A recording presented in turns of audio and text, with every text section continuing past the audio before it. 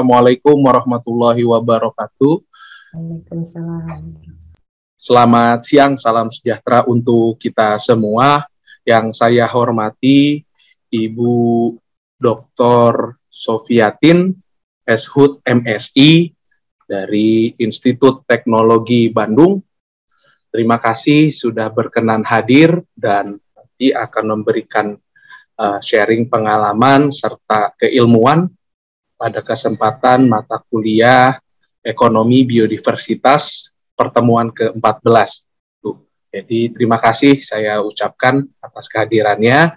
Lalu yang saya hormati Bapak Dr. Insinyur Ahyar Ismail, Magister Agriculture, selaku kadep sekaligus koordinator dari mata kuliah Ekonomi Biodiversitas. Terima kasih Pak berkenan hadir dan mohon nanti Bapak dapat berkenan memberikan sambutan di kesempatan siang hari ini. Kepada Bapak Ibu dosen yang lain yang juga sudah berkesempatan hadir di sini, sekaligus diperkenalkan kepada Bu Sofiatin, ada Ibu Dr. Eka Intan Kumala Putri, MS. Beliau adalah Ketua Divisi Ekonomi Lingkungan, di mana mata kuliah Ekonomi Biodiversitas ini di bawah pengembangan dari Divisi Ekonomi Lingkungan. Selamat siang Bu Eka, selamat siang juga kepada Pak Hari yang selalu setia hadir dan support terhadap aktivitas-aktivitas di ESL, termasuk juga untuk pengembangan EGT. Ini salah satunya founder dan motornya Pak Hari, Bu. Jadi makasih juga Pak Hari sudah berkenan hadir, dan yang tidak kalah saya sangat hormati dan banggakan teman-teman mahasiswa angkatan 56 dari Departemen Ekonomi Sumber Daya dan Lingkungan yang pada kesempatan hari ini sangat antusias dan saya rasa akan sangat banyak dapat informasi dari Ibu Dr. Sofiatin terkait dengan valuasi nilai intrinsik badak Jawa. Jadi tanpa berpanjang lebar, saya akan persilahkan kepada Pak Kadep untuk bisa memberikan sambutan selaku Ketua Departemen sekaligus koordinator mata kuliah. Waktu dan tempat saya persilahkan Pak. Baik, terima kasih Pak Bahroin. Assalamualaikum warahmatullahi wabarakatuh. Waalaikumsalam. Selamat siang, jelang sore ya Bapak Ibu semuanya. Alhamdulillah kita diberi kesehatan untuk bisa hadir pada kesempatan ini di kuliah umum ya, mata kuliah Ekonomi Biodiversitas.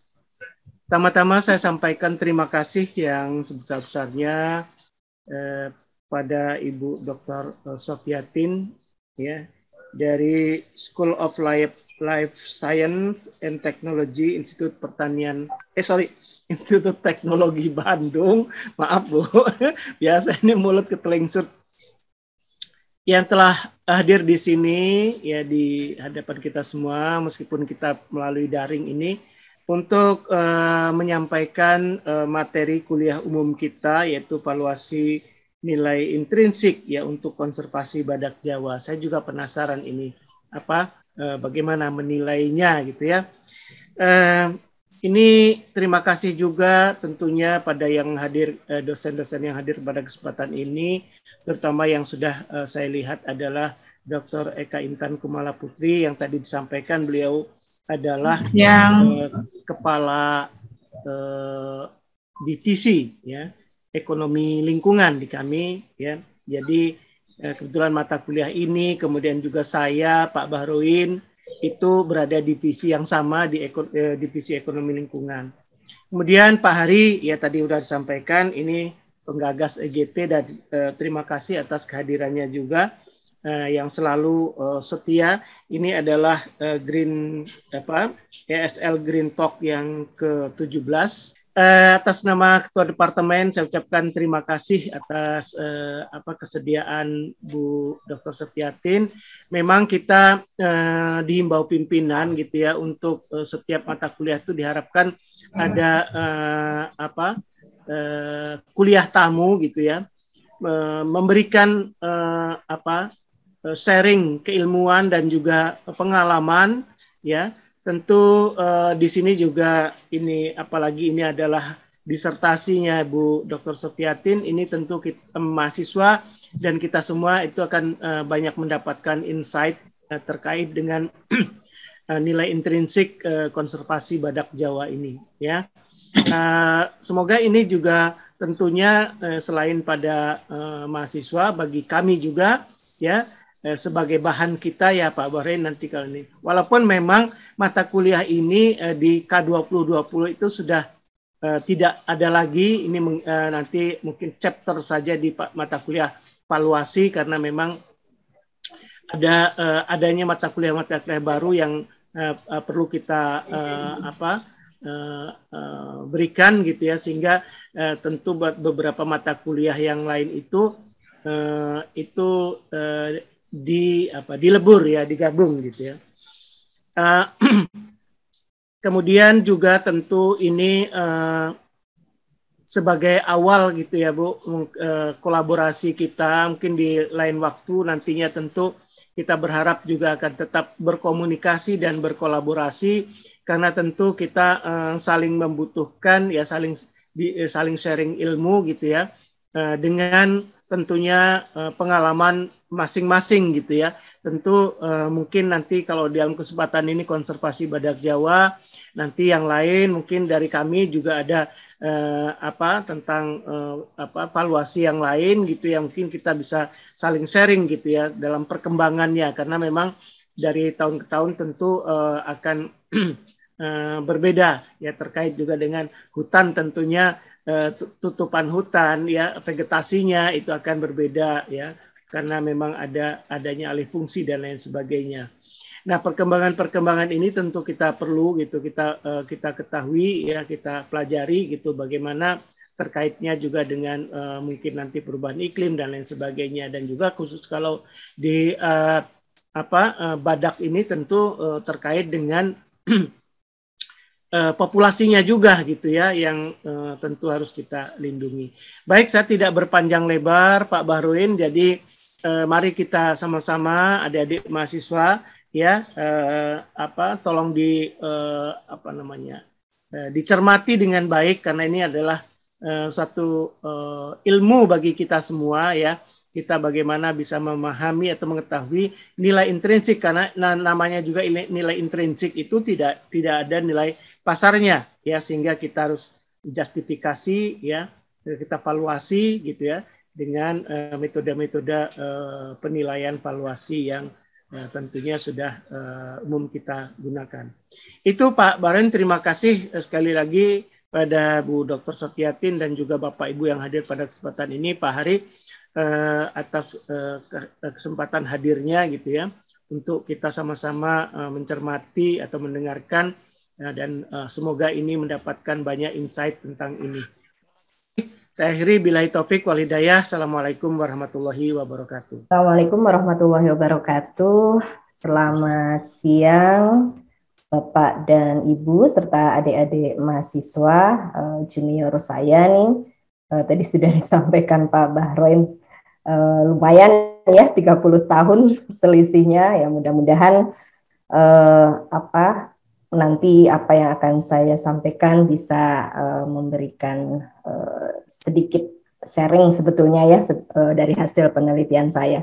Sebelumnya saya ucapkan terima kasih nih kepada Pak Dr. Ahyar selaku Ketua Departemen ESL atas kesempatannya nih. Suatu kehormatan dan kebanggaan bisa mengisi di alma mater begitu ya, untuk sekedar sharing apa yang saya teliti dari hasil penelitian S3 saya, yang mungkin juga nanti ada beberapa masukan yang bisa ditindaklanjuti untuk riset-riset berikutnya. Dan seperti halnya tadi disampaikan oleh Pak Ahyar bahwa kalau di IPB itu ada divisi ya Pak ya, kalau di saya di ITB, di SITH, Sekolah Ilmu dan Teknologi Hayati, dosen-dosen itu berkumpul di dalam kelompok keilmuan Pak, jadi kakak. Dan saya kebetulan berada di kelompok keilmuan manajemen sumber daya hayati. Jadi di SITH ini ada 8 kakak salah satu kakaknya adalah manajemen sumber daya hayati. Jadi yang tergabung mungkin seperti halnya tadi ya, di ESL IPB itu adalah divisi ekonomi lingkungan. Di kami dosen-dosen tergabung dalam satu kelompok keilmuan yang tentunya pengembangan keilmuannya itu diwadahi di dalam kelompok tadi. Gitu. Baik, saya punya waktu berapa menit ini Pak Bahrain? Ya, terima kasih Bu Dokter. Jadi insya Allah waktunya 60 menit untuk pemaparan. Nanti setelah itu akan kita beri kesempatan bagi para partisipan yang hadir untuk memberikan tanya jawab 30 menit dan nanti ditutup 10 menit. Kira-kira seperti itu Bu. Nanti akan saya bantu waktunya dengan timernya dari video yang saya share di dalam Zoom ini. Ya. Oke. Terima kasih Bu. Terima kasih Pak Bahrain. Saya izin share screen. Jadi yang akan saya sampaikan di sini kebetulan adalah bagian atau part of dari disertasi saya yang kebetulan juga ini salah satu penguji dari luarnya dari PSL ya, kalau dulu itu pengelolaan sumber daya lingkungan, Profesor Ahmad Fauzi. Salah satu bagian dari riset saya adalah bagaimana kita mencoba untuk memvaluasi nilai intrinsik untuk kepentingan konservasi badak Jawa. Jadi sebetulnya kalau kita berbicara valuasi tidak terlepas dari konsep tentang nilai itu sendiri begitu ya. Jadi kalau kita melihat gambar di sini, ini objeknya itu adalah sama, yaitu kuda gitu ya. Satu sisi paling kiri itu kuda liar yang ada di dalam habitatnya. Yang di tengah itu gambar kuda dalam bentuk lukisan, dan yang di sebelah kanan itu kuda dalam bentuk pahatan gitu ya, yang mungkin itu punya nilai. Nah, berbicara nilai tentunya adik-adik semua juga mungkin sudah paham ya, karena ini sudah minggu ke-14, saya rasa kaitannya dengan ekonomi biodiversitas ini. Kita review merefresh kembali begitu ya, bahwa nilai di sini ini mengacu kepada dasar-dasar umum tentunya ya yang digunakan untuk mengestimasi nilai, di mana nilai ini merepresentasikan valuasi baik itu nilai relatif, kemudian manfaat atau kegunaan, kemudian kepentingan ataupun tingkat keunggulan gitu ya. Nah, kalau berbicara dari gambar ini ya yang ada di slide, tentunya kita muncul pertanyaan gitu ya, sebetulnya berapa sih sebenarnya nilai kuda di sini? Satu, kuda di dalam habitat alaminya, kuda dalam bentuk lukisan, dan kuda dalam bentuk pahatan benda seni begitu ya. Sama juga sebetulnya dengan lukisan. Sebenarnya nilainya berapa ini kuda ini kalau kita boleh atau diminta untuk menilai. Nah, tentunya kan masing-masing individu atau masing-masing orang punya perbedaan nilai ya, bagaimana dia memandang kuda nilai ini dari sisi atau sudut pandang bagi dirinya. Nah, nilai itu sendiri sebetulnya adalah persepsi manusia tentang makna suatu objek. Objek sini bisa bermacam-macam gitu ya. Salah satunya juga adalah keanekaragaman hayati atau sumber daya hayati bagi orang, tempat, dan waktu tertentu. Jadi kenapa tempat dan waktu ini juga menjadi penting, karena bisa jadi nilai pada saat ini itu akan berbeda besarannya dengan nilai pada saat yang akan datang atau pada saat sebelumnya begitu ya. Jadi nilai ini akan sangat bergantung pada bagaimana persepsi manusia terhadap objek yang dia nilai gitu, dan waktunya kapan sama tempatnya di mana. Dan persepsi sendiri itu adalah ungkapan atau pandangan seseorang tentang atau terhadap suatu objek. Nah, mungkin bagi Pak Bahrain barangkali kuda liar yang ada di habitatnya memiliki nilai yang tinggi dibandingkan dengan kuda yang ada di dalam lukisan gitu ya. Tapi mungkin dari sudut pandang orang lain nilainya bisa berbeda, sehingga ini akan menjadi sesuatu yang harus kita lihat dan kita pertimbangkan gitu ya dalam kita melakukan valuasi terhadap suatu objek. Nah, bagaimana dengan badak bercula satu sendiri nih yang merupakan endemik di Jawa gitu ya? Bagaimana kita bisa menentukan berapa sih sebetulnya nilai konservasi dari badak Jawa ini? Nah, sebelum ke situ, mungkin karena badak ini juga merupakan bagian dari wildlife atau hidupan liar, di mana dalam konteks atau kategori bagaimana kita menilai hidupan liar ini ada beberapa referensi atau beberapa rujukan gitu ya, yang mengkategorikan nilai hidupan liar ini bermacam-macam gitu ya. Nah, di dalam hal penilaian atau dalam hal kondisi di mana nilai virtual itu memiliki kekuatan yang tidak sekuat gitu ya, sepowerful dengan apa namanya nilai yang saat ini kita lihat atau kita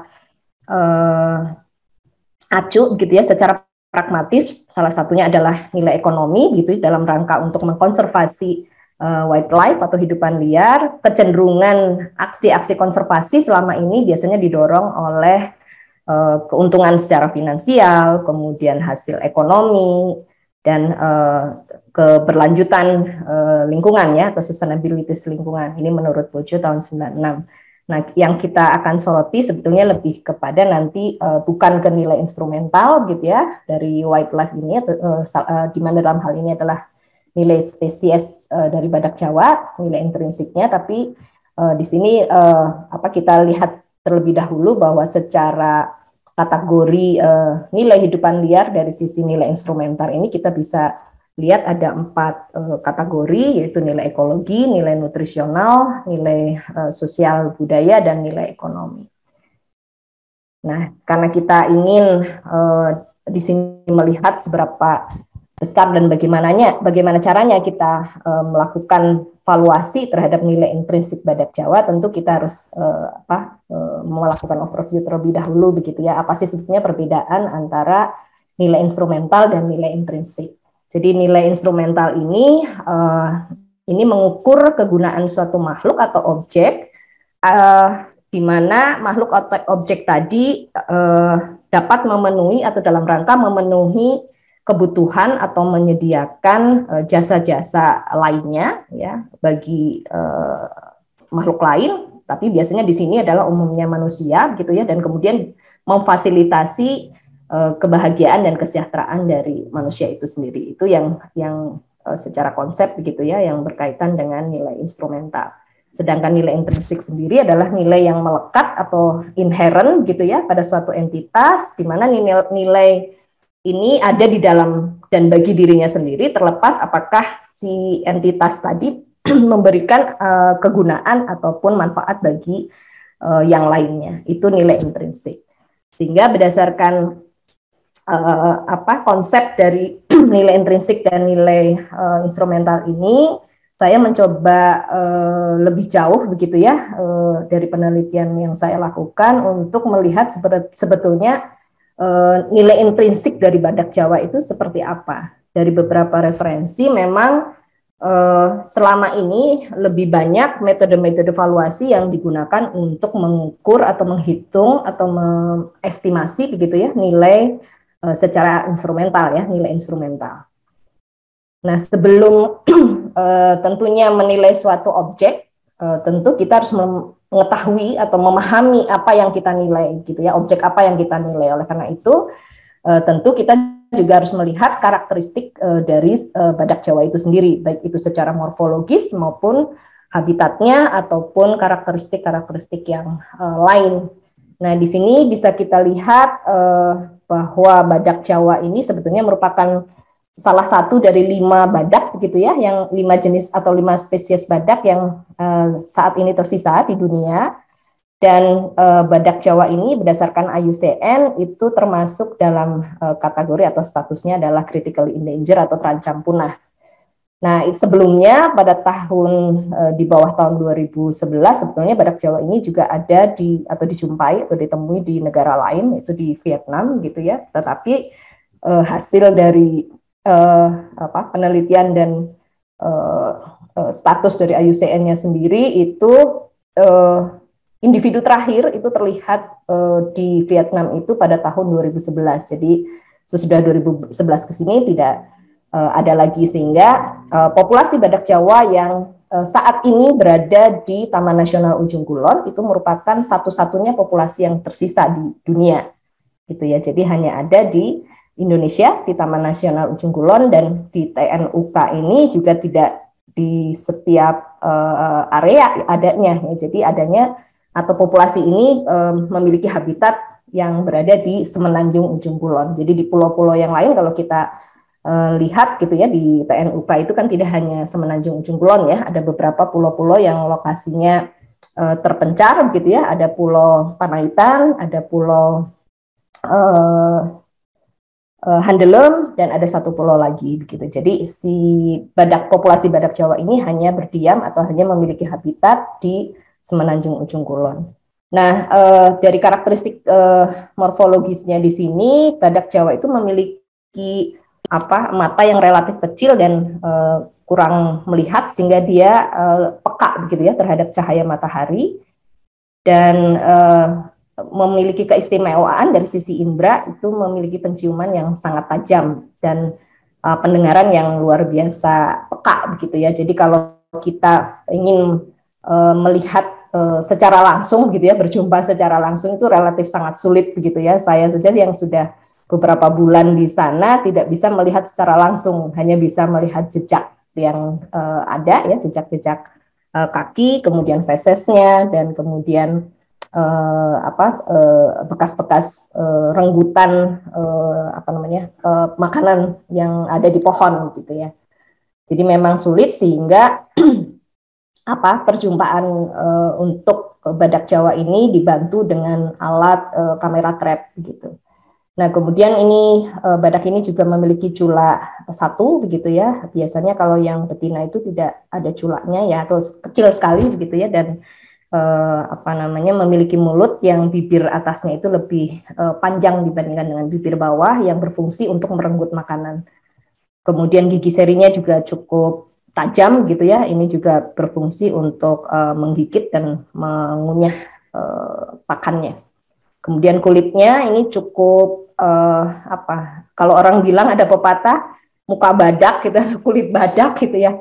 Sebetulnya kulitnya ini seperti lempeng baja gitu, jadi berlipat-lipat, tapi teksturnya itu dia tidak merata gitu ya, dan agak berbintik-bintik.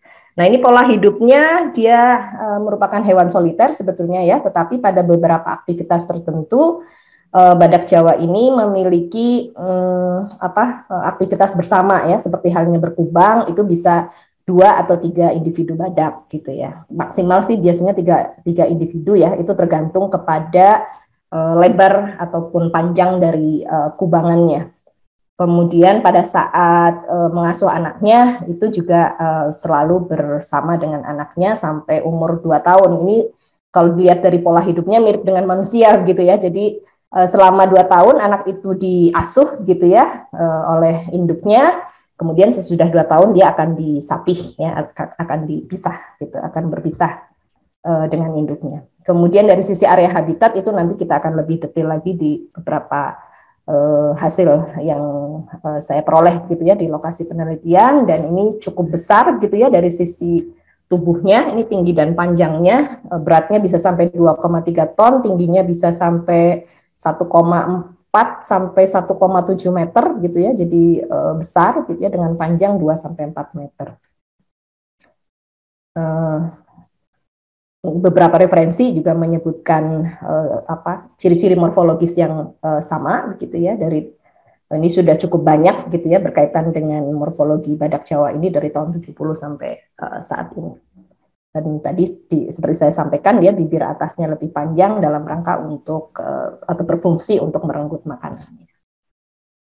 Nah, kemudian dari sisi habitatnya ini seperti apa gitu ya. Jadi persyaratan kelangsungan hidup badak Jawa ini ada beberapa komponen penting yang dibutuhkan dalam kelangsungan hidup badak Jawa ini. Yang pertama tentunya adalah pakan. Jadi semua makhluk hidup tentu kan juga membutuhkan makanan ya.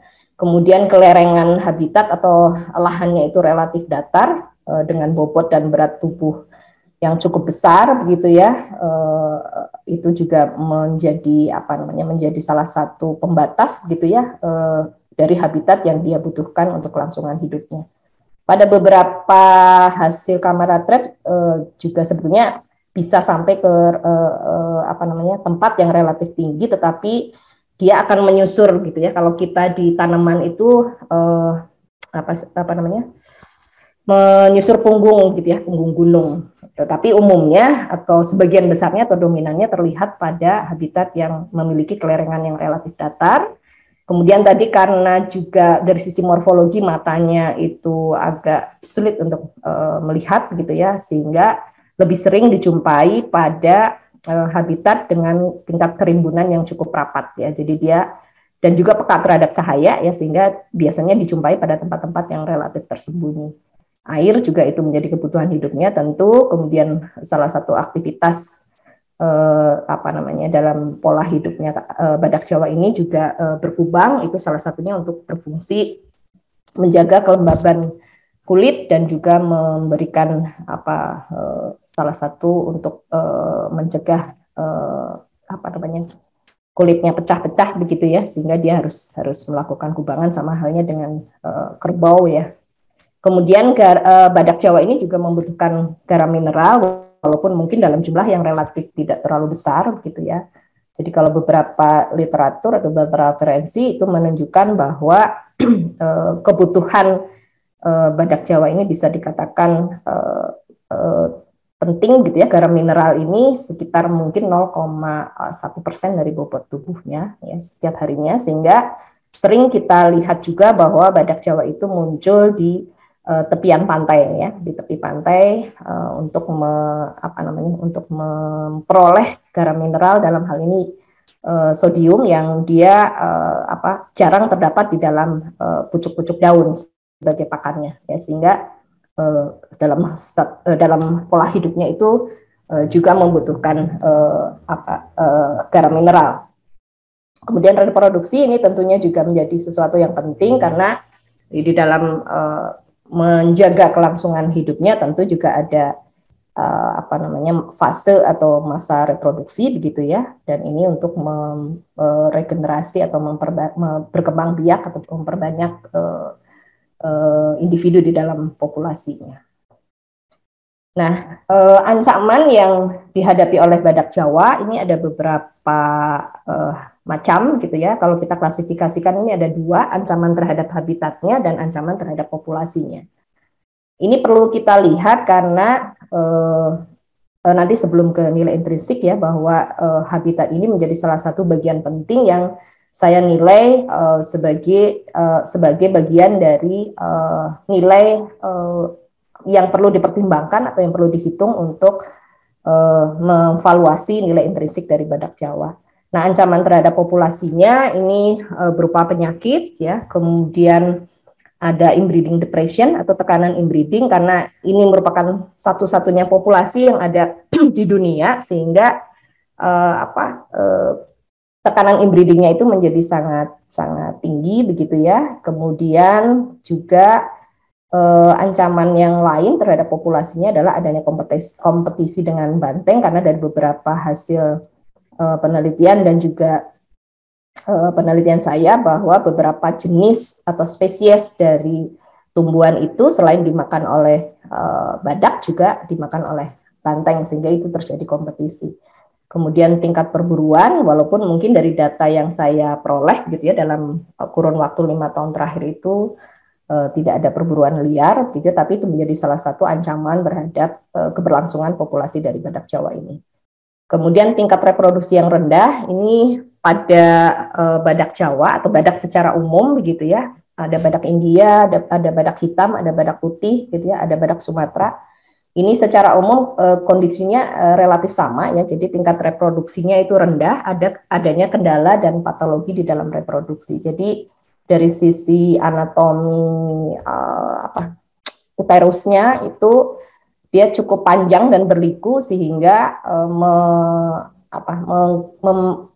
kecil kemungkinannya gitu ya untuk terjadi pembuahan gitu ya, atau agak menemui kendala atau kesulitan di dalam proses pembuahan, sehingga ini menjadi salah satu kendala bahwa tingkat reproduksi yang rendah ini juga menjadi salah satu ancaman di dalam populasinya. Kemudian kalau ancaman terhadap habitat ini berupa invasi tumbuhan langka, Arenga obtusifolia, ini masih satu famili dengan aren ya, Arenga pinata gitu ya. Bentuk tumbuhannya juga mirip dengan pohon aren gitu ya, atau tanaman aren. Ini dari sisi habitat yang ada di Semenanjung Ujung Kulon ini sudah cukup mengkhawatirkan juga terjadinya invasi tumbuhan langkap ini. Ini menjadi satu ancaman terhadap habitat badak Jawa. Kemudian adanya bencana alam karena Semenanjung Ujung Kulon ini terletak dekat dengan gunung berapi begitu ya, anak Krakatau yang masih aktif begitu ya, sehingga ini menjadi satu potensi ancaman terhadap habitatnya. Jadi adanya letusan dan sebagainya itu menjadi potensi ancaman terhadap habitat badak Jawa. Serta tentunya ketersediaan habitat yang terbatas. Seperti tadi saya sampaikan bahwa seluruh luasan Taman Nasional Ujung Kulon itu tidak menjadi habitat badak Jawa ini hanya tertentu ya, artinya tidak di semua areal Taman Nasional Ujung Kulon, hanya ada di Semenanjung Ujung Kulon. Itu pun juga nanti kita akan lihat kesesuaian habitatnya itu tidak semuanya gitu ya, sekitar 30% atau 60%, maaf kalau tidak salah 60% dari total luas Semenanjung Ujung Kulon. Ini kalau kita lihat karakteristik habitat badak Jawa, di mana salah satu potensi ancamannya terhadap habitat itu adalah Aringa pinata, ini kita bisa lihat tegakannya seperti ini ya. Jadi di dalam hutan itu didominasi oleh Aringa obtusifolia atau langkap ini, dan di bawahnya itu tidak ada tumbuhan bawah gitu ya. Jadi bersih, seperti halnya kalau kita jalan-jalan ke kebun kelapa sawit gitu ya, atau kebun aren, itu bawahnya itu bersih. Jadi sehingga ini invasi langkap ini menjadi salah satu ancaman memperkecil areal-areal yang bisa ditumbuhi pakan dari badak Jawa ini. Nah, berdasarkan hal tersebut, saya melihat bahwa kalau kita ingin melakukan valuasi badak Jawa ini, tentu kita harus tahu nilai intrinsik badak Jawa itu berapa besar sih sebetulnya. Ini dalam kaitannya nanti untuk melihat berapa sebetulnya biaya yang bisa atau yang ideal yang dialokasikan untuk mengkonservasi badak Jawa ini. Nah, tahapan penilaiannya seperti apa? Ini yang saya lakukan. Saya melakukan karakterisasi habitat, ya baik itu secara fisik maupun biologi, kemudian populasinya. Ini dilihat struktur populasinya, pertumbuhan populasinya, dan bagaimana penggunaan habitatnya. Dan secara genetik, ini sebenarnya saya hanya menggunakan studi literatur karena untuk spesies-spesies yang dalam status konservasi IUCN itu kita tidak bisa mengambil sampel secara langsung dari spesies yang kita nilai gitu ya.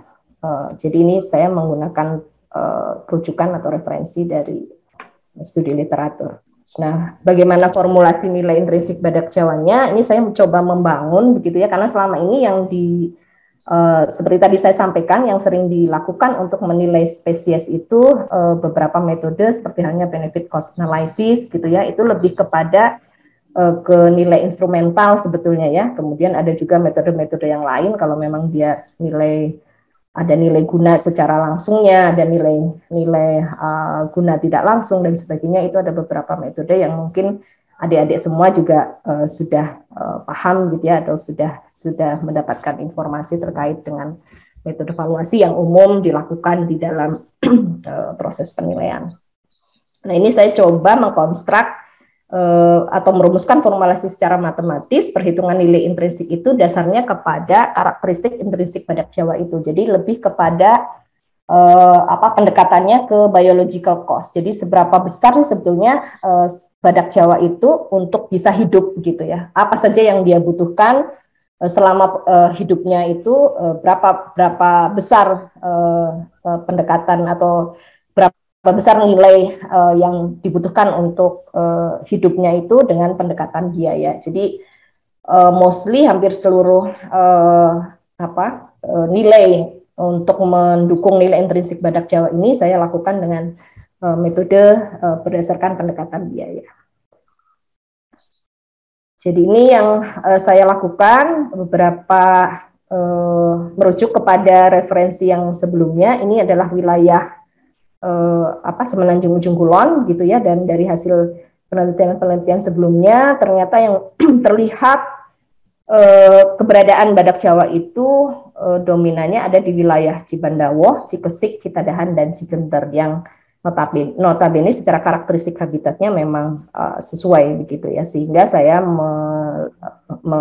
menghitung nilai intrinsiknya itu mengambil sampel beberapa dari lokasi-lokasi ini. Dan untuk melihat atau menduga populasi badak Jawa yang ada dengan bantuan kamera trap yang dimiliki oleh Taman Nasional Ujung Kulon. Jadi saya bersama dengan TNUK mencoba melihat berapa sebetulnya populasi badak Jawa yang ada di TNUK ini. Nah, karakterisasi yang pertama tadi, karakterisasi habitat badak Jawa ini berdasarkan karakteristik fisik dan biologisnya ya. Jadi secara fisik tadi ternyata dari keempat lokasi studi ini memang kebutuhan secara fisik habitat badak Jawa ini berada pada ketinggian yang relatif rendah gitu ya, dan kelerengan yang relatif datar. Jadi kalau kita bisa lihat memang kemunculan badak Jawa di keempat lokasi ini yang banyak dilihat dari hasil kamera trapnya itu memiliki karakteristik fisik habitat dengan ketinggian tempat yang relatif rendah dan kelerengan yang relatif datar gitu ya. Kemudian dari sisi suhu, kelembaban, intensitas cahaya, ini kelembabannya juga cukup tinggi, kemudian suhunya relatif begitu ya, antara 25 sampai 33 derajat Celcius, karena seperti tadi saya sampaikan perjumpaan terhadap badak Jawa itu lebih banyak dijumpai atau dilihat di area-area yang punya coverage atau yang punya penutupan penutupan tanaman yang cukup rapat gitu ya, sehingga di sini juga kelembabannya relatif tinggi, kemudian intensitas cahayanya juga tidak terlalu besar gitu ya, rata-rata antara 154 sampai 1148 lux gitu ya. Kemudian juga hasil identifikasi di lokasi studi yang saya lakukan ini, kebutuhan akan garam mineralnya itu bisa diperoleh dari tempat-tempat mengasin seperti pantai ataupun sungai-sungai yang berair payung ya. Jadi biasanya terlihat di sekitar muara gitu ya, ataupun di pantai. Ini beberapa contoh kubangan dari hasil identifikasi yang saya lakukan dan inventarisasi. Itu terdapat 39 buah kubangan di seluruh Semenanjung begitu ya, dan rata-rata memiliki luas kurang lebih 18 meter persegi. Kemudian dari sisi ketersediaan pakan, karena salah satu bagian dari kebutuhan untuk kelangsungan hidupnya badak Jawa, ini teridentifikasi ada 82 jenis tumbuhan pakan dari 120 jenis tumbuhan yang ditemukan, dan seperti yang bisa adik-adik lihat begitu ya, ini keempat lokasi studi ini memiliki kelimpahan total yang masih relatif bagus ya, walaupun tadi ada beberapa tempat atau beberapa spot atau area yang diinvasi oleh langkap gitu ya. Tapi secara umum kelimpahan total tumbuhan pakan di setiap lokasi studi itu lebih dari 80.000 individu per hektar, dengan kelimpahan terbesarnya itu ada di Citadahan. Kemudian selain karakteristik habitat yang saya lihat sebagai parameter untuk menilai nilai intrinsik badak Jawa adalah karakteristik populasinya. Dari hasil kamera trap itu bisa identifikasi dan hasil inventarisasinya itu menunjukkan bahwa jumlah individu dalam populasi badak Jawa di Ujung Kulon ini sebanyak 63 ekor dengan proporsi bisa dilihat di sini ya. Jadi lebih banyak remaja dewasanya, anak-anaknya itu sedikit gitu ya. Jadi yang pada kelas umur anak itu sedikit, dengan proporsi rasio seksualnya itu 35 dibanding 28. Jadi satu jantan 0,8 betina, jadi nggak sampai 1:1 ya. Tetapi secara ideal sebetulnya secara umum untuk mamalia besar, seks rasionya itu yang ideal itu 1 jantan 4 betina. Ini untuk ideal bisa berkembang biak gitu ya, populasinya bisa berkembang biak dengan baik begitu. Nah, kemudian dari sisi penggunaan habitat berdasarkan kamera trap juga ternyata memang juga frekuensi kehadiran badaknya relatif sedikit gitu ya, 6,8%, dan sisanya itu dari klip kamera trap yang terambil gitu ya, terdokumentasi, itu berisi kehadiran hewan lain. Dari sisi pertumbuhan populasinya, ini kalau kita lihat memang rata-rata persentase pertumbuhan populasinya itu masih relatif kecil begitu ya.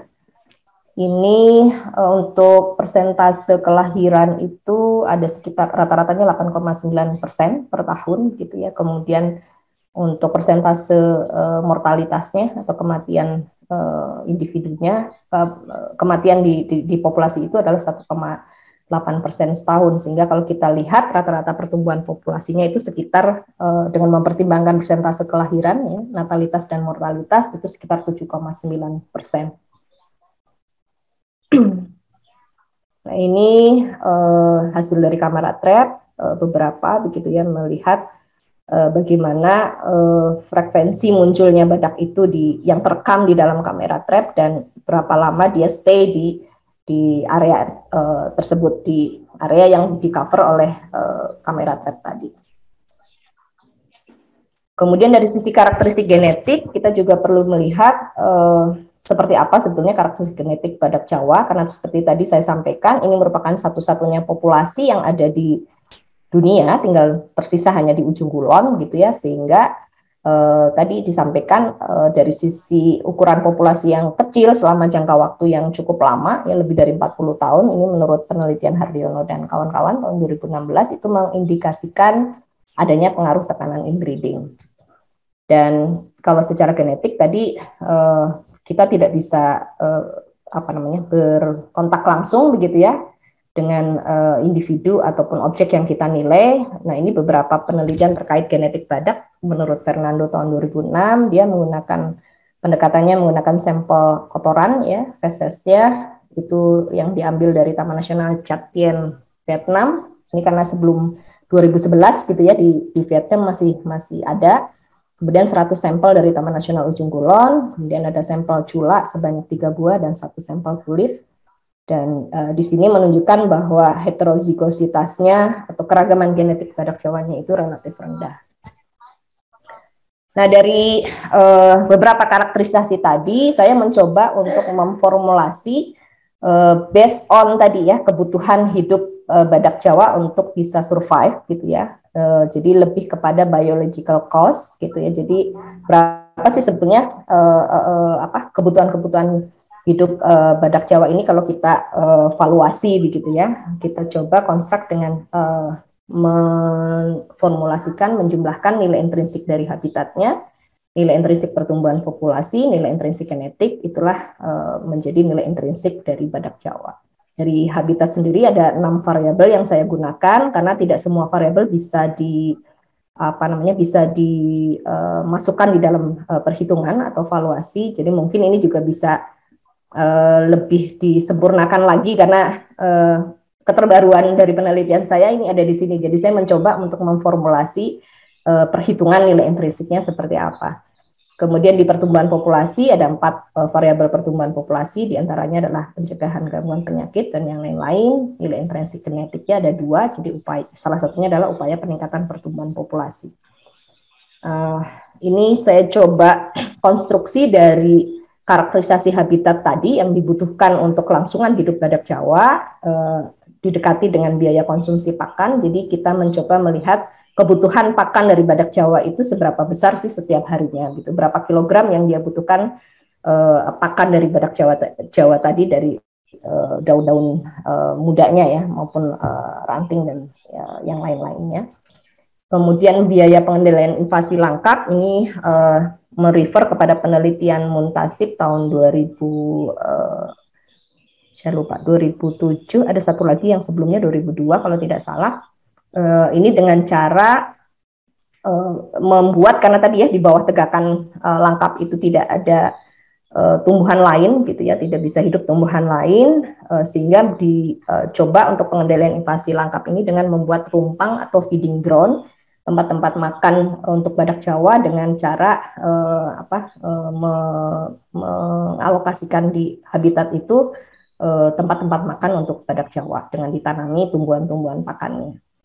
Kemudian pendekatan habitat ini saya gunakan juga biaya sewa lahan. Ini mengacu kepada luas habitat yang sesuai untuk badak Jawa. Jadi untuk luas habitat yang sesuai ini ada beberapa kategori begitu ya, kelas kesesuaian lahan untuk habitat badak Jawa dari hasil penelitian sebelumnya. Rahmat tahun 2007 kalau tidak salah itu mencoba memasukkan 8 variabel untuk melihat tingkat kesesuaian badak Jawa, diantaranya adalah kemiringan lahan, ketinggian tempat, kemudian jarak dari pantai, jarak dari sungai, kemudian jarak dari kubangan dan yang lain-lain. Dan ternyata ini kita kesesuaian habitat ini kita gunakan sebagai salah satu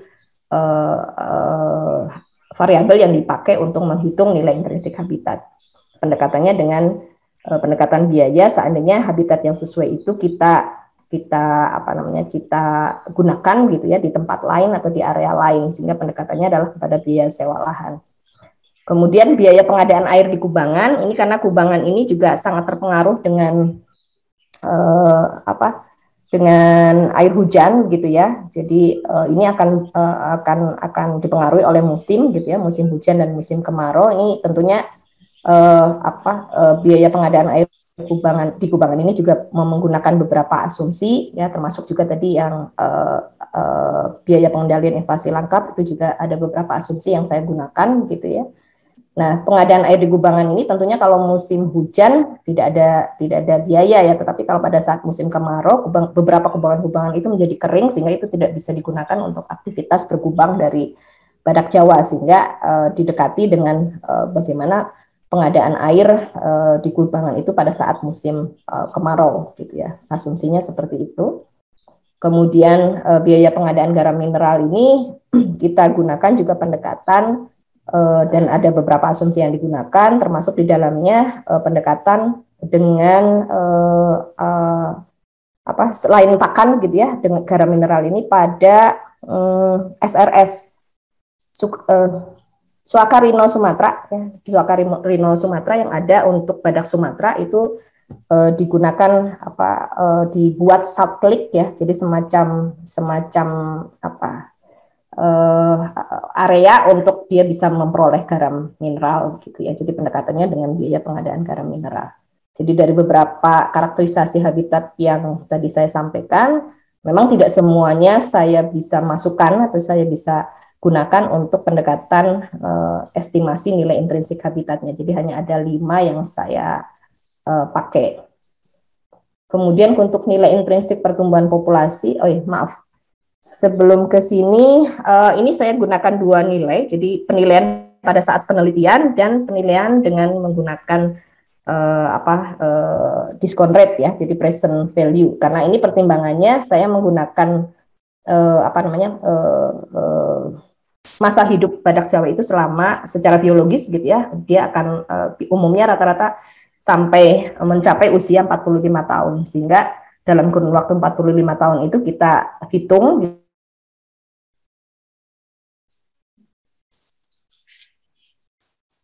estimasi untuk baik itu untuk nilai intrinsik habitat, nilai intrinsik pertumbuhan populasi maupun nilai intrinsik genetik begitu ya.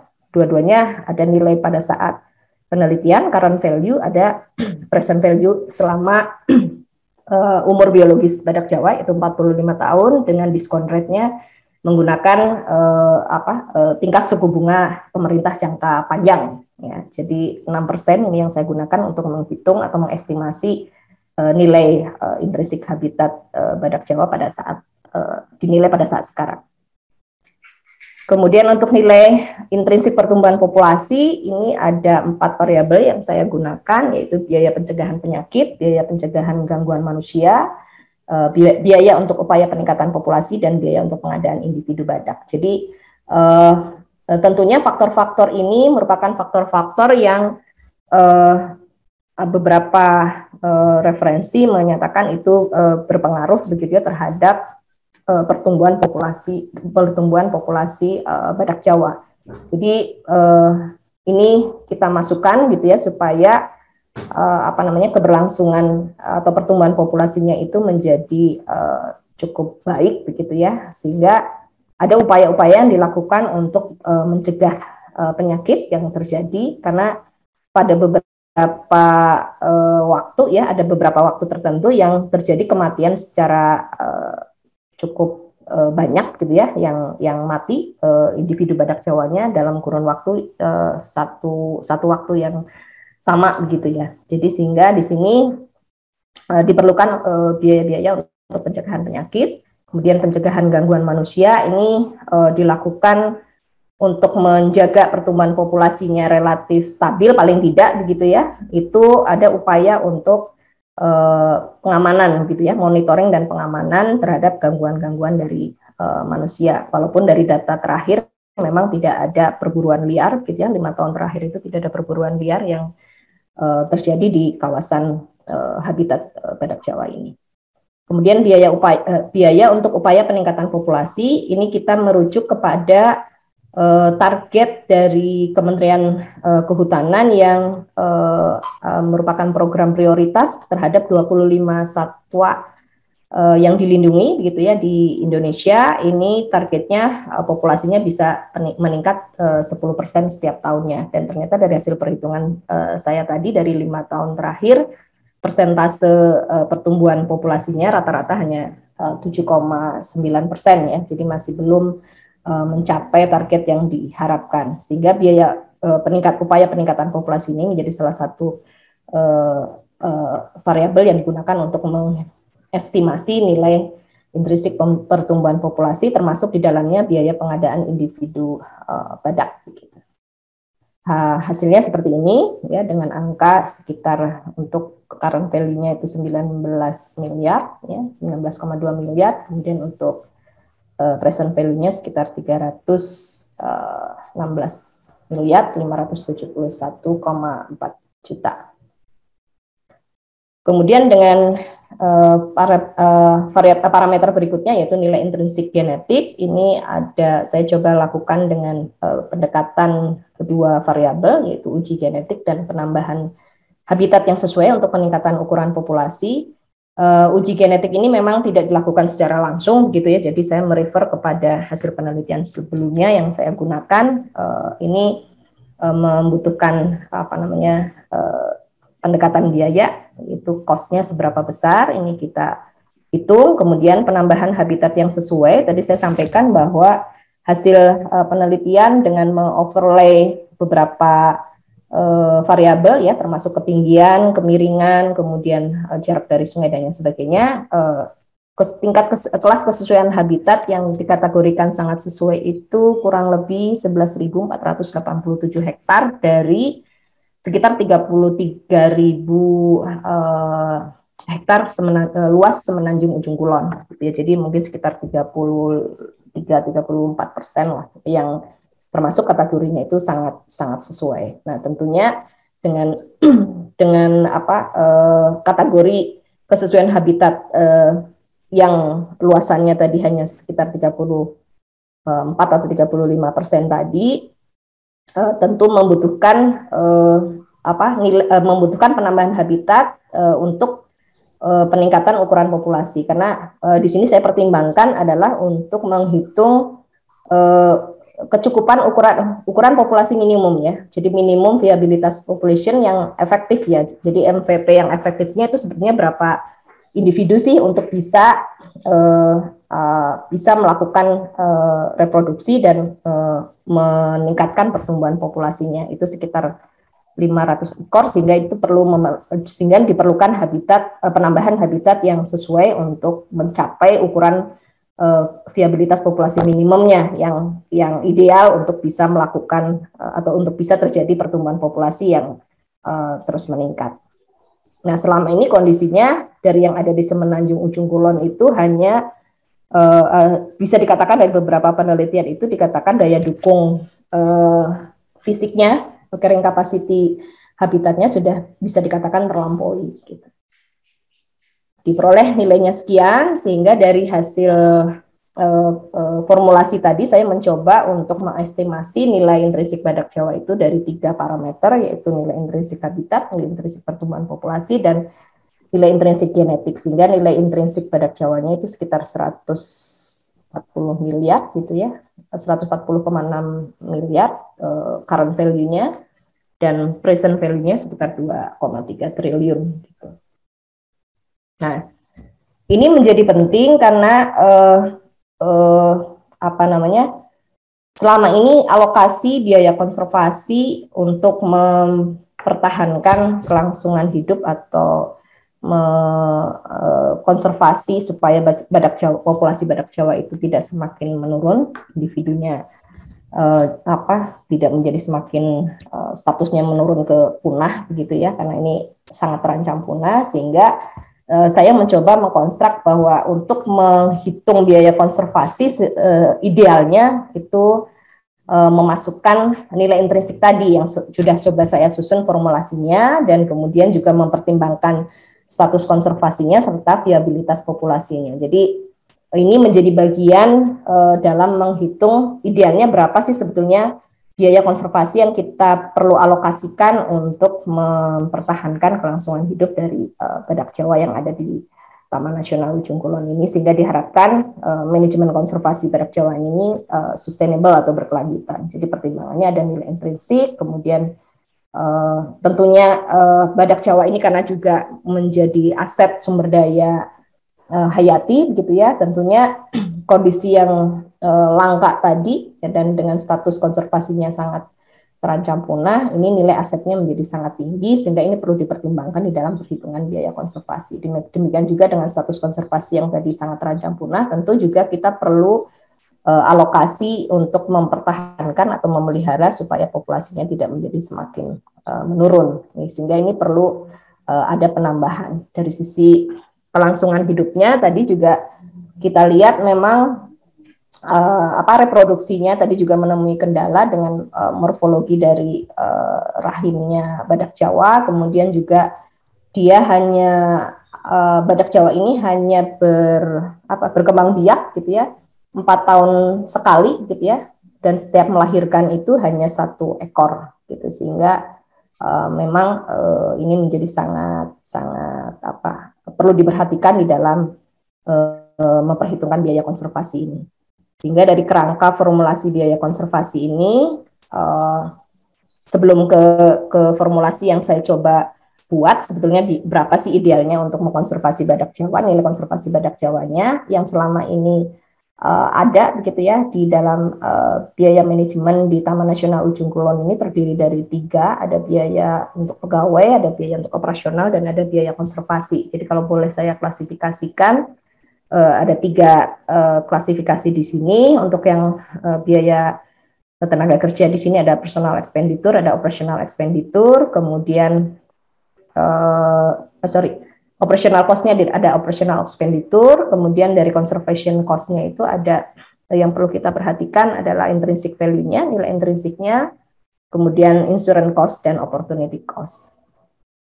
Nah, dari real biaya pengelolaan untuk konservasi badak Jawa yang ada di Taman Nasional Ujung Kulon ini, rata-rata biaya pengelolaannya itu dari tahun 2011 sampai 2015 itu sekitar 16 miliar 201,4 juta, di mana terdiri dari ketiga komponen tadi ya, ada employee cost, ada operational cost, dan ada conservation cost. Dan berdasarkan formulasi yang coba saya konstruk tadi, dari hasil employee cost-nya nilainya sekian, operasionalnya sekian, kemudian conservation cost-nya tadi dengan memperhitungkan tadi nilai intrinsik, kemudian nilai insurance cost-nya dan juga opportunity cost-nya itu senilai 83 miliar 832 juta per tahun, sehingga berdasarkan formulasi yang coba saya susun ini, biaya pengelolaan TNUK-nya sebesar idealnya begitu ya, sebesar 163 miliar 932 juta per tahun, dan ini hampir 10,1 kali lipatnya dari real biaya pengelolaan TNUK yang selama ini dialokasikan gitu. Ya, sehingga sebetulnya kalau idealnya kita memasukkan dari kebutuhan hidup sebagai persyaratan kelangsungan hidup badak Jawa supaya populasinya bisa sustain dengan menghitung nilai intrinsik tadi, memasukkan itu ke dalam biaya konservasi atau conservation cost tadi, seharusnya alokasinya idealnya seperti ini, gitu ya, sehingga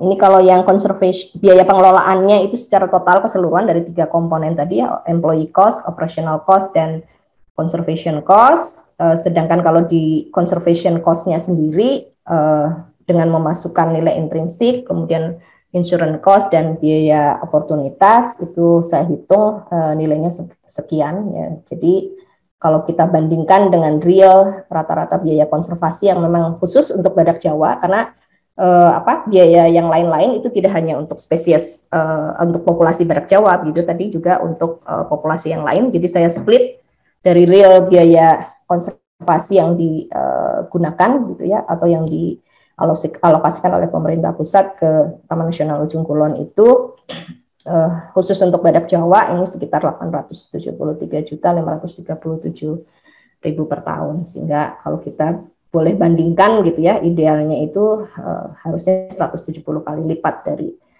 real yang ada sekarang. Ini sebetulnya bisa kita bandingkan dengan konservasi spesies yang lain gitu ya.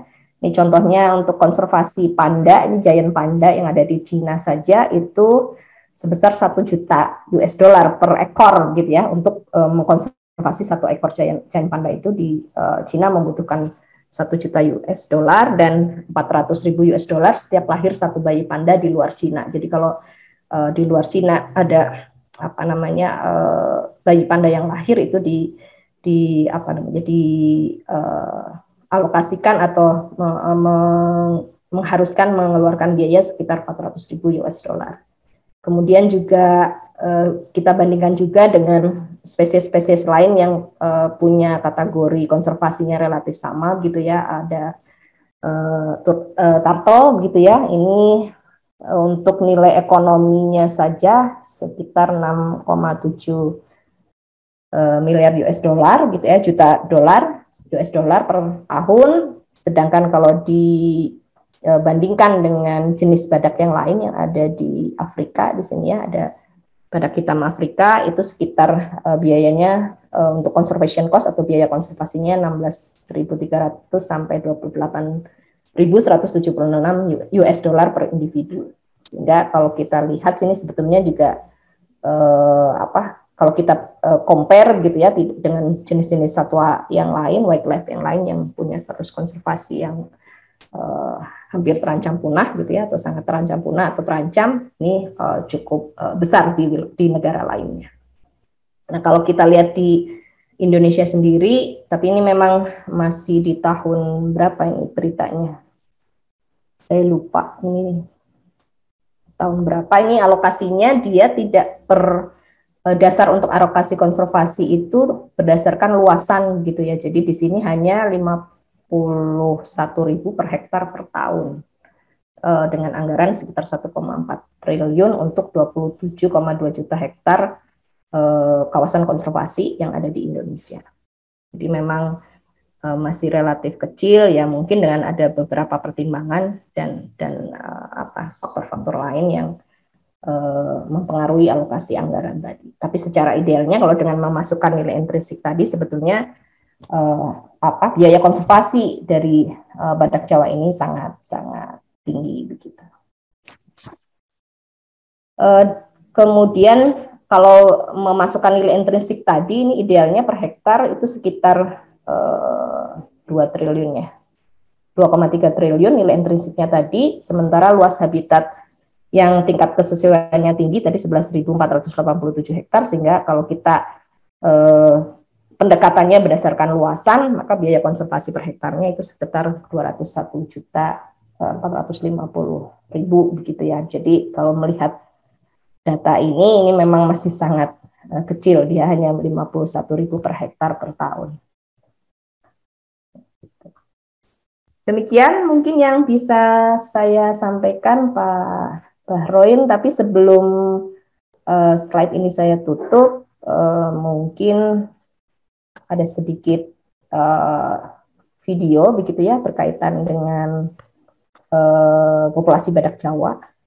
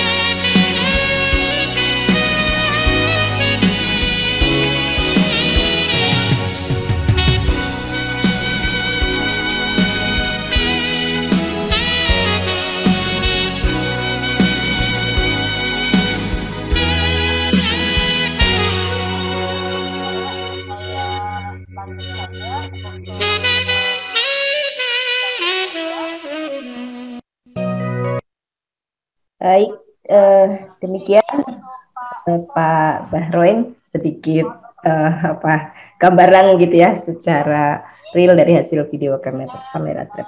Terima kasih. Baik, terima kasih banyak Ibu Dr. Sofiatin atas pemaparannya ya. Wah, menarik sekali ya. Ternyata badak itu 1 kali 4 tahun ya beranak ya Bu ya. Dan itu rasio atau peluang berhasilnya juga kecil tadi ya, udah disampaikan. Saya baru tahu kenapa sih jumlahnya sekarang tuh sangat-sangat terbatas gitu ya. Selain memang mungkin karena dulunya ada histori tertentu, tapi sekarang memang tadi laju perkembangbiakannya juga cukup susah, Bu. Ada satu sebelum semuanya yang nanya, nanti ya saya yakin banyak nih di chat ada beberapa pertanyaan. Saya pribadi mau tanya, kalau Bu Sofiatin sendiri pernah ketemu di lapangannya nggak tuh, Bu? Justru belum pernah, ini saya penasaran pengen ketemu langsung, jadi saya ketemu Iya. ini jejaknya, kemudian feses dan bekas-bekas renggutannya. Jadi kalau saya hampir 2 bulan kayaknya ya, 2 bulanan beberapa kali stay, tapi memang tidak satu waktu sebulan penuh begitu ya. Di lokasi ini 10 hari, di lokasi yang lain sekian hari. Oh, Pak Ari udah pernah ketemu di kebun binatang. Kalau di kebun binatang sudah pernah Pak Ari. Kalau di habitat alaminya, ya itu tadi belum pernah ketemu secara langsung gitu. Siap. Baik, terima kasih Bu atas penjelasannya, karena saya yakin kalau sudah ketemu langsung pasti sangat berbeda ya, value-nya tadi. Betul. Value ketemunya berbeda dengan Pak Hari yang ketemunya di kebun binatang.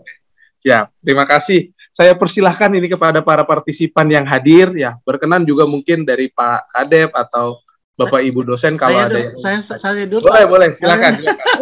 Sangat menarik ini soalnya. Ingin tahu Bu Sofiat. Iya, Pak. Pertama saya ingin tahu ya, sebetulnya apa spesifiknya di Ujung Kulon itu ya, dia menjadi endemik di situ. Apakah memang ya kalau di taman apa? Kalau mungkin tadi Pak Hari bertemu di mana tadi? Kebun binatang. Mungkin iya. Tapi Taman Safari ada, Pak? Iya, Taman Safari ya. Maksud saya itu apa spesifiknya itu di Ujung Kulon itu sehingga ini menjadi endemik, dan apakah tidak mungkin gitu dibawa pindah gitu kan, dikembangbiakkan di tempat lain. Itu pertama ya. Kemudian memang ini cukup lama ya berkembang biaknya 4 tahun sekali gitu. Bingung juga ini. Ini selama ini apakah ada upaya dari ilmuwan gitu untuk meningkatkan populasi ini gitu ya. Jadi maksud saya itu apakah dengan cara bayi tabung, kalau di sapi itu kan artificial insemination gitu kan, seperti apa gitu sama ini gitu. Dan satu lagi Bu, kalau seandainya kan umurnya 45 tahun gitu. Lalu itu bangkainya diapakan gitu kalau ini. Itu aja Bu, pengen penasaran aja itu. Terima kasih. Kirain saya pertanyaannya gimana caranya dia merayakan ulang tahun itu Pak, kalau udah 45 tahun ya. Oke. Silakan Bu, mungkin ada 3 pertanyaan tadi dari Pak Ahyar terlebih dahulu supaya tidak lupa. Terima kasih Bu. Baik, terima kasih Pak Ahyar, Pak Kadep, ini menarik gitu ya. Jadi sebetulnya spesifiknya apa sih sebetulnya yang ada di Ujung Kulon gitu ya. Jadi memang dari beberapa literatur yang sebelumnya bahwa ini kan memang endemik begitu ya Pak ya, badak Jawa yang ada di situ. Jadi ya tadi seperti yang saya sampaikan, sebetulnya memang karakteristik habitatnya itu memang spesifik gitu ya untuk badak Jawa, yang dia notabene tidak bisa pada habitat atau lahan-lahan yang kelerengannya curam, karena mengingat juga dia bobot tubuh dan yang besaran atau ukuran tubuhnya yang cukup besar begitu ya, dan kebutuhan primer yang lainnya begitu ya untuk kelangsungan hidupnya, termasuk tadi garam mineral Pak. Jadi memang spesifik habitat yang sesuai untuk kelangsungan hidup badak itu ya yang memenuhi kriteria tadi Pak. Jadi pada beberapa kondisi di mana karakteristik fisik habitatnya dia agak jauh dari pantai ya, juga Bu akan. Meti, mohon maaf nih salah menjadwal nih. akan kesulitan begitu Pak, karena itu merupakan salah satu komponen yang sangat dibutuhkan di dalam kelangsungan hidup badak. Mohon maaf nih. Oke, kemudian yang kedua, apa tidak bisa dipindah? Ini sebetulnya sudah ada upaya dulu begitu ya Pak ya, tapi itu tidak di di badak Jawa begitu ya, tapi di badak Sumatera itu pernah dicoba untuk beberapa individu, kalau tidak salah ada sekitar, saya lupa tahunnya, itu ada video The Last Rhino gitu ya. Jadi itu dicoba untuk pindah gitu dan kemudian dikembangbiakan tapi di luar gitu, di luar negeri. Saya lupa negaranya, saya mohon maaf ini, tapi sudah pernah dicoba upaya itu untuk mengembangbiakan di luar habitat alaminya gitu ya, dipindahkan, tetapi ternyata tingkat kematiannya sangat tinggi. Ya mungkin salah satu faktornya ya tadi karakteristik habitatnya mungkin juga tidak sesuai, karena di sana mungkin negaranya negara 4 musim gitu ya, beda dengan kita di tropis ya. Kemudian juga mendatangkan pakannya itu yang vegetasi pakannya yang berbeda dengan di daerah tropis begitu Pak. Ada upaya untuk pemindahan itu, tapi ternyata justru menimbulkan kematian yang sangat besar dari sejumlah individu yang dipindahkan tadi untuk dicoba dikembangbiakan di luar. Nah, kemudian untuk upaya dari ilmuwan untuk inseminasi buatan, setahu saya sih sampai saat ini masih belum begitu ya Pak. Tapi sebetulnya kalau secara teoritis sih bisa saja begitu ya, artinya kemungkinan itu bisa atau upaya itu bisa dilakukan untuk inseminasi buatan mengatasi tadi kendala secara fisiologis di reproduksi badak Jawa tadi begitu Pak. Tetapi ya itu tadi untuk menyentuh langsung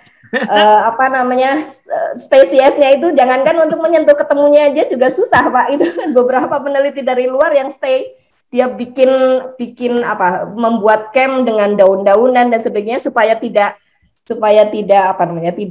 tercium baunya, karena dia kan peka sekali penciumannya begitu dan pendengarannya. Jadi sudah mencoba supaya arah anginnya juga tidak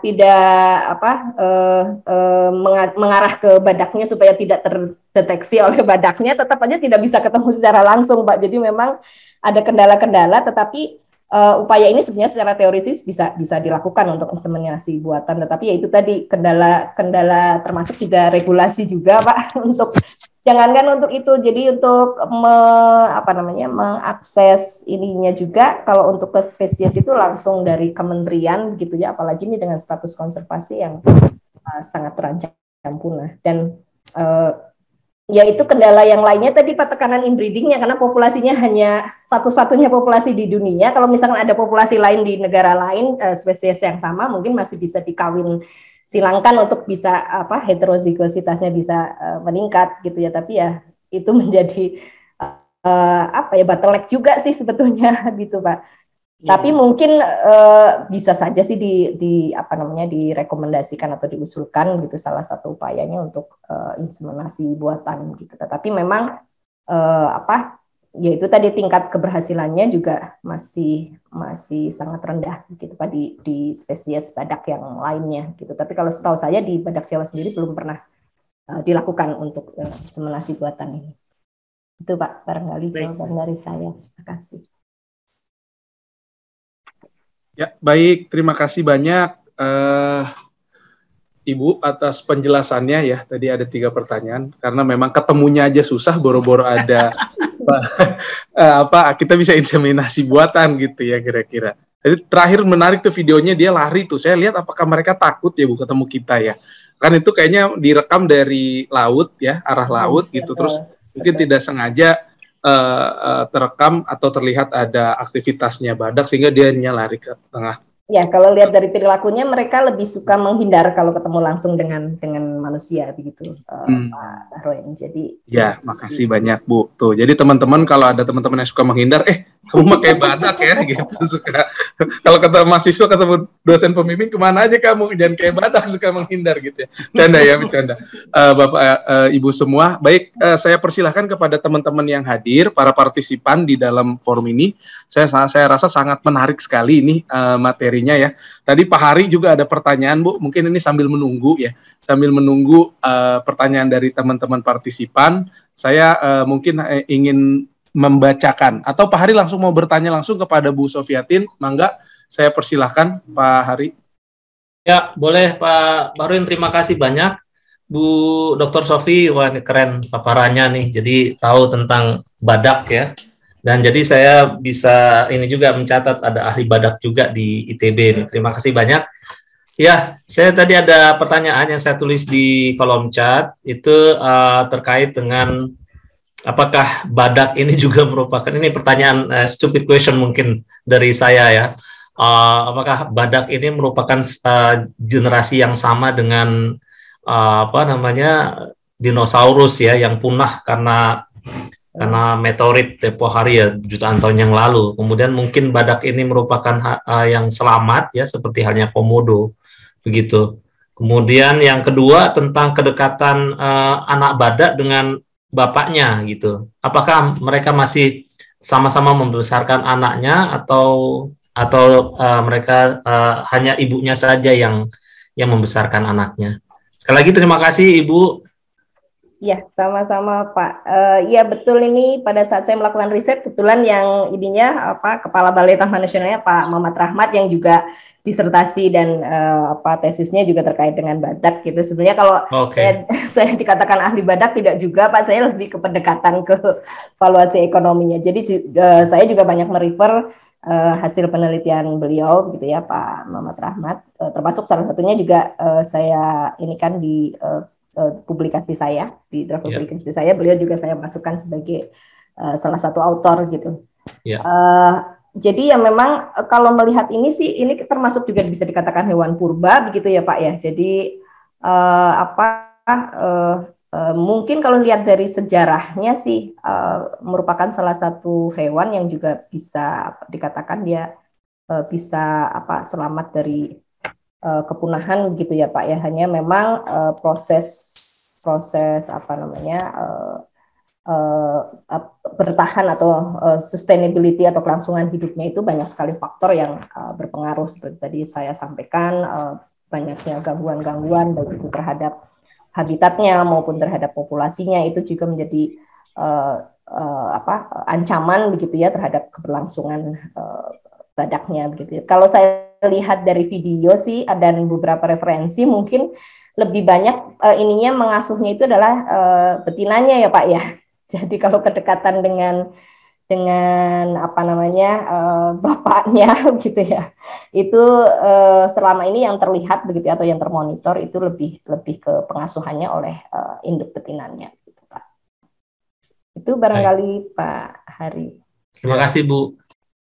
Ya, makasih banyak Bu penjelasannya. Mungkin Pak Hari bapaknya lagi cari makan di tempat yang lain ya. Cari nafkah ya Pak Bahrudin. Pak Hari, coba kita tanya ke badaknya yuk.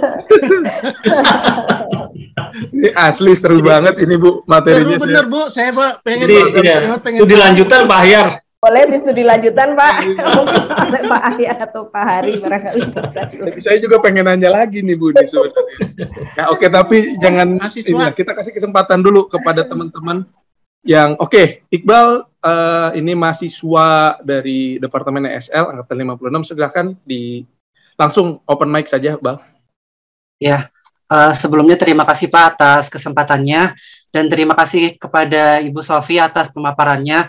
Sangat keren sekali Bu dan membuka wawasan gitu untuk kami mengenai badak ini. Yang ingin saya tanyakan Ibu, kan ini badak ini juga di awal sudah disebutkan ya bahwa merupakan salah satu satwa yang sudah critically endangered gitu. Ini juga sama dengan orang utan mungkin. Nah kan tetapi perbedaan yang saya lihat yaitu apabila orang utan kan tadi juga sudah disebutkan ya Bu, biaya konservasi itu harus berapa gitu. Nah orang utan itu yang saya tahu memiliki banyak sekali NGO gitu yang menampung beberapa funding dana untuk dapat membantu konservasi mereka. Nah, sedangkan si badak Jawa ini saya kurang terlalu mendengar Ibu NGO yang memang ikut membantu dalam membiayai konservasi ini di luar dari pemerintah. Itu emang kurang kedengaran atau seperti apa ya? Itu yang pertama. Nah, untuk yang kedua mengenai realisasi kita gitu sebagai mahasiswa atau sebagai masyarakat untuk membantu konservasi badak Jawa ini agar tetap lestari itu dengan mudahnya itu seperti apa sih Bu? Hal-hal apa yang bisa kita lakukan gitu agar badak Jawa ini bisa tetap terlihat 20, 30 tahun, 50 tahun yang akan datang. Seperti itu sih Bu pertanyaannya. Terima kasih. Baik, langsung saya jawab aja Pak Bahroin. Ya, terima kasih Mas Iqbal nih ya.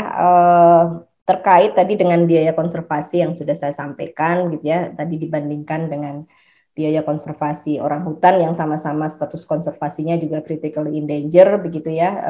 Di situ dikatakan tadi banyak NGO. Nah, untuk badak Jawa ini juga sebetulnya sama ya, ada beberapa NGO, tetapi yang secara rutin sebelum kemarin mungkin ada mungkin ada sesuatu gitu sehingga tidak dilanjutkan begitu ya, tapi sebelum itu terjadi itu secara rutin WWF itu memberikan funding ya terhadap konservasi badak Jawa ini. Jadi beberapa bagian yang dibantu pendanaannya secara rutin oleh WWF itu adalah untuk monitoring badak Jawa. Jadi di sana ada tim monitoring yang ada beberapa tim gitu ya, ada Rhino Monitoring Unit RMU, ada Rhino Health Unit RHU, ada satu lagi lupa saya 2 atau 3 kalau nggak salah, ada 3 tim yang masing-masing punya tugas dan fungsi yang berbeda ya. Yang Rhino Health Unit itu dia untuk memonitoring tingkat kesehatan badaknya, gitu. Jadi dikontrol gitu ya. Ada penyakit atau tidak dan sebagainya. Kemudian yang secara rutin didanai oleh NGO. Kalau tidak salah itu WWF itu sampai tahun berapa ya? Sebelum 2020 kalau nggak salah ya itu berhenti begitu ya, atau kerjasamanya atau kemitraannya itu berhenti. Tetapi ini WWF secara rutin memberikan bantuan pendanaan untuk kegiatan Rhino Monitoring Unit RMU. Yang itu di Taman Nasional Ujung Kulon itu ada 4 tim besar gitu yang secara rutin mengontrol atau memonitoring keberadaan dari badak Jawa ini melalui kamera trap, termasuk bantuan alat kamera trapnya itu juga dari WWF ya. Itu kemudian kalau untuk apa sih yang perlu kita lakukan atau mahasiswa lakukan gitu ya untuk bisa ikut berkontribusi begitu ya untuk mengkonservasi badak Jawa, ya mungkin salah satunya dalam bentuk banyak sebetulnya ya. Jadi bisa mungkin dalam bentuk, kalau di ITB itu ada semacam ekskursi gitu ya, ekskursi atau semacam riset kecil gitu ya yang dilakukan oleh para mahasiswa atau himpunan gitu ya, dalam berbagai aspek gitu ya. Itu mungkin bisa salah satu bentuk kontribusi yang bisa dilakukan oleh para mahasiswa untuk ikut berperan serta dalam konservasi badak Jawa. Ya mungkin riset-riset yang lanjutan mungkin ya, atau yang bagian part tertentu gitu bisa dilakukan oleh para mahasiswa, termasuk juga mungkin bentuk-bentuk sosialisasi terkait dengan kesadaran lingkungan gitu ya, terutama untuk habitat badak Jawa ini kepada adik-adik yang lainnya. Jadi bisa berbagai macam bentuk sebetulnya peran atau kontribusi dari mahasiswa tadi. Kalau di ITB itu himpunan mahasiswa biologinya itu beberapa kali melakukan ekskursi ke Taman Nasional Ujung Kulon. Jadi mereka melakukan ada yang mengamati tentang perilaku badaknya, ada yang mengamati berkaitan dengan atau melakukan analisis vegetasi pakan dari badaknya, apakah mengalami perubahan atau bagaimana tingkat kerusakan atau komposisi jenisnya, apakah berubah atau tidak gitu ya, ketersediaannya masih mencukupi atau tidak, itu bisa dilakukan dalam bentuk riset-riset kecil sebetulnya yang bisa dilakukan oleh himpunan atau para mahasiswa. Itu mungkin Mas Iqbal, mudah-mudahan bisa menjawab. Baik, terima kasih banyak Ibu atas penjelasannya ya. Tuh, kita punya peran juga ya di masing-masing sektor atau di masing-masing tupoksinya ya. Ada yang researcher, ada yang tadi memang mereka ditugaskan oleh lembaga-lembaganya untuk selalu mengamati, ada yang juga pembuatan kebijakan, ada juga dan lain sebagainya ya. Terima kasih Ibu atas pemaparannya. Saya izin mungkin melanjutkan kepada sesi berikutnya, yaitu kita akan berikan satu sesi khusus untuk Bu Sofiatin ya. Saya mungkin ini dari saya sendiri nih, satu pertanyaan sekaligus beri kesempatan untuk sebagai penutup Bu, karena mungkin mohon maaf waktunya sudah mau hampir selesai.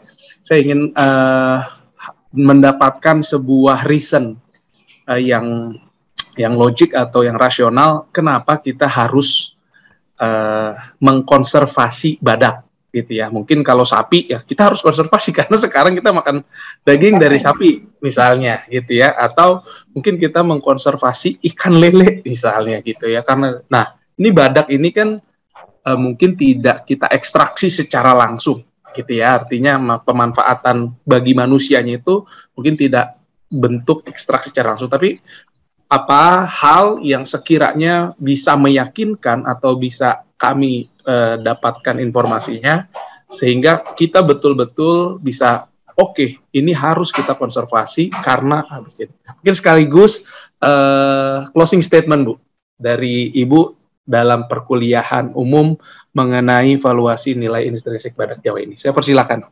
Baik, terima kasih Pak Bahroin. Jadi satu hal bahwa setiap spesies atau setiap entitas itu dia memiliki hak untuk hidup juga gitu ya, termasuk di dalamnya badak gitu ya, dan tidak hanya manusia gitu ya. Jadi pentingnya konservasi juga tidak hanya dilihat bahwa spesies ataupun hidupan liar itu memberikan manfaat bagi dirinya sendiri, tapi juga harus dilihat bahwa dia punya kontribusi atau punya peran baik itu secara fungsional begitu ya terhadap ekosistem. Jadi tidak hanya dilihat bagaimana suatu spesies itu memberikan manfaat secara ekonomi bagi manusia, tapi juga perlu dilihat bahwa keberadaannya juga memberikan peran dan kontribusi bagi ekosistemnya, termasuk di dalamnya badak ini sebagai herbivore tentu juga dia punya peran penting begitu ya di dalam menjaga keseimbangan ekosistem yang ada di sekitarnya. Itu mungkin yang bisa saya sampaikan. Terima kasih Bu ya. Jadi semua orang, semua makhluk ya punya perannya masing-masing. Ditekankan kembali oleh Ibu, beliau badak ini sebagai herbivore yang ada pasti peran di dalam rantai makanannya itu sebagai salah satu aktor penting. Kalau tidak ada beliau atau tidak ada badak, ya mungkin tidak ada juga makhluk-makhluk yang lain gitu ya, atau terjadi overpopulasi untuk salah satu makhluk yang ada di ekosistem Ujung Kulon ya. Nah, kurang lebih seperti itu. Terima kasih banyak Ibu atas penjelasannya. Ini selanjutnya akan ada sedikit penyampaian dari Pak Kadep kepada Ibu khususnya selaku dosen tamu pada kesempatan hari ini. Saya persilakan Pak Ahyar untuk bisa menyampaikan poin tersebut. Mangga Pak. Baik, sebelum menyerahkan sertifikat ini, terima kasih banyak Bu Dr. Sofiatin ya, ini betul-betul memang saya belum tahu gitu ya tentang perbadakan ini gitu. Jadi sebetulnya sih memang ingin lebih tahu banyak. Tadi yang umur 45 tahun kan badaknya mati gitu ya. Itu diapakan itu belum dijawab. Oh iya, lupa Pak. Biasanya dipakai untuk spesimen di apa namanya museum zoologi begitu ya Pak ya, di bangkainya termasuk di dalam di Taman Nasional Ujung Kulon di show bagian depan itu ada dari kerangka badak yang mati pada tahun berapa saya lupa itu dipampang gitu ya, sehingga bisa juga memberikan edukasi gambaran struktur atau anatomi tubuhnya seperti apa atau benar tingginya sekian gitu Pak. Jadi sebagian besarnya digunakan untuk itu gitu Pak. Iya, sebetulnya kan ingin lanjutannya sebetulnya ya. Jadi kalau dengan konservasi ini kan kita mengkonserv itu berarti kan kita menjaga populasinya. Nah ini harapannya itu dengan konservasi ini nanti prediksinya bagaimana prediksi populasi kan sekarang itu dengan business as usual lah gitu kan dengan dana yang ada saat ini. Nah kemudian usulan yang disampaikan Bu Sofiatin kan berarti itu kan ada tadi 170 kali meningkat, kemudian ada berapa kali meningkat, tadi 10 kali meningkat. Nah itu kan berarti dananya itu ditingkatkan untuk mengkonserv. Nah itu inginnya sih diikuti dengan forecast ininya berapa tahun sampai tahun keberapa gitu populasi badak itu nanti akan menjadi berapa gitu ya. Harapannya sih sampai situ tadi. Sebetulnya itu bagian yang lain dari disertasi saya, Pak. Jadi saya melakukan analisis biodiversitas populasi. Makanya harapannya next time mudah-mudahan. Gitu. Next time mudah-mudahan. Iya, menarik sekali. Baik, terima kasih Bu Sofiatin. Ini karena memang waktu juga, karena kami jam 4 ini masih ada hal yang lain gitu ya. Sekali lagi terima kasih dan ini saya serahkan mana Mas Arif ininya cenderamata dan apa namanya, bukan karikatur apa kolase ya, mohon diterima. Terima kasih banyak. Sampai kita mungkin ketemu lagi nanti di hal yang lain. Mohon jangan kapok ya Bu, karena saya juga masih ingin tahu tentang perbadakan gitu ya. Demikian juga Pak Baroim tuh tahu juga. Baik, terima kasih atas kesediaan Ibu sebagai narasumber untuk mengisi kuliah umum ekonomi biodiversitas ini. Saya sebagai PJMK tentunya sangat bersyukur sekali ada pencerahan-pencerahan seperti ini, mahasiswa mendapatkan insight. Terima kasih. Saya kembalikan ke Pak Baroim. Sama-sama Pak, terima kasih. Baik, terima kasih banyak Ibu atas penjelasannya. Saya sedikit menjelaskan tadi ada kolase Bu, itu kolase dari produk teman-teman mahasiswa kami, mahasiswa kita, yaitu adik kelas kita semua, itu dari reuse sampah plastik Bu. Jadi mantap. Dikirim ke alamat Ibu. Setelah ini nanti akan ada tim dari sekretariat departemen yang menghubungi Ibu untuk mengirimkan cenderamata dan kelengkapan administrasi lainnya.